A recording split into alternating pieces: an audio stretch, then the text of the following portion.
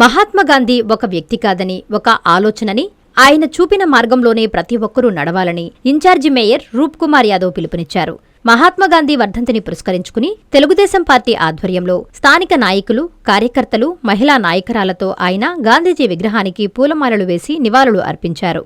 గాంధీజీ చూపిన మార్గమే దేశ భవిష్యత్తుకు శిరోధార్యంగా నిలుస్తోందని రూప్ కుమార్ యాదవ్ పేర్కొన్నారు. అనంతరం టీడీపీ నేతలు ప్రసంగించారు. ఈ కార్యక్రమంలో టీడీపీ శ్రేణులు పాల్గొన్నారు.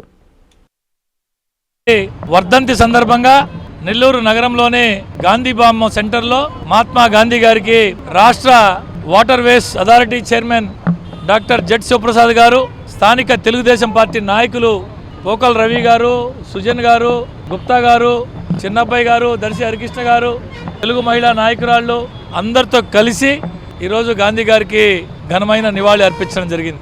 అనేక దశాబ్దాల క్రితమే అహింస ద్వారా ఏమన్నా సాధించవచ్చు అని చెప్పి నిరూపించి బ్రిటిష్ వారిని తరిమికొట్టి భారతదేశానికి స్వాతంత్రం తీసుకొచ్చిన మహాత్మా గాంధీ గారిని స్మరించుకుంటూ ఆయన చూపిన బాటలో ఏదైతే స్వచ్ఛ భారత్, స్వచ్ఛాంధ్ర, అటు కేంద్రంలో నరేంద్ర మోడీ గారు, రాష్ట్రంలో నారా చంద్రబాబు నాయుడు గారు పయనిస్తున్నారో, గ్రామ స్వరాజ్యం కోసం ఏదైతే మహాత్మా గాంధీ గారు ఆ రోజుల్లోనే కలగన్నాడో అవన్నీ నిజం చేస్తూ ఈరోజు రాష్ట్రంలో చంద్రబాబు నాయుడు గారు కూటమి ప్రభుత్వం పనిచేస్తుందో వారందరి ఆశయాలకు అనుగుణంగా, మహాత్మా గాంధీ గారి ఆశయాలకు అనుగుణంగా, ఆలోచనలకు అనుగుణంగా మేమందరం పనిచేస్తాం. గాంధీ గారి ఆశయాల సాధనకు మేమందరం కృషి చేస్తామని చెప్పి ఈ సందర్భంగా తెలియజేస్తూ మరొకసారి మహాత్మా గాంధీ గారికి ఘనమైన నివాళులు అర్పిస్తూ ఉన్నాం.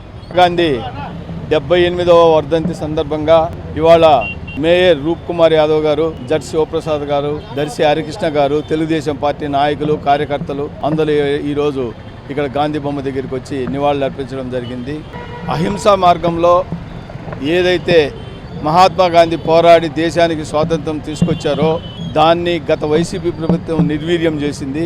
దాన్ని ఇప్పుడు స్వచ్ఛ భారత్లో ప్రోగ్రాంలో భాగంగా ఆంధ్రప్రదేశ్లో అంతా స్వచ్ఛ భారత్ నిర్వహిస్తున్నారు.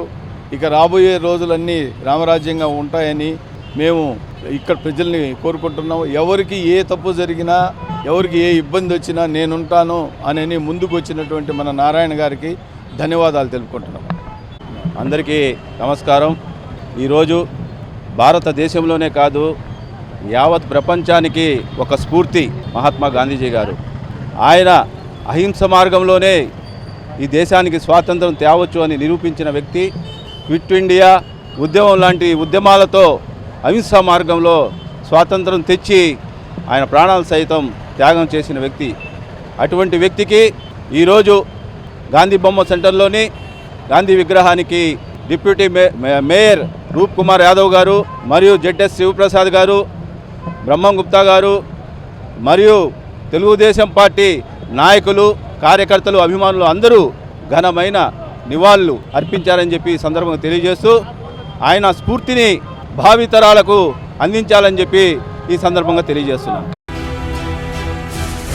నాకు దైవ సమానులైన రాష్ట్ర ముఖ్యమంత్రి వర్యులు గౌరవనీయులు శ్రీ నారా చంద్రబాబు నాయుడు గారి ఆశీర్వాద బలంతో ఐటీ మరియు విద్యాశాఖ మంత్రి వర్యులు, యువ నాయకులు గౌరవనీయులైన శ్రీ నారా లోకేష్ బాబు గారి దీవెనలతో, తెలుగుదేశం పార్టీ, బీజేపీ, జనసేన పెద్దలందరి సహకారంతో, నా శ్రేయోభిలాషుల ఆశయంతో, మీ అందరి ఆశీర్వాదంతో నెల్లూరు జిల్లా గ్రంథాలయం సంస్థ చైర్మన్ గా పదవీ ప్రమాణ స్వీకారం చేయుచున్న శుభ సందర్భంగా మీ అందరి ఆగమనాన్ని, ఆశీర్వాదాన్ని మనస్ఫూర్తిగా కోరుకుంటున్నాను.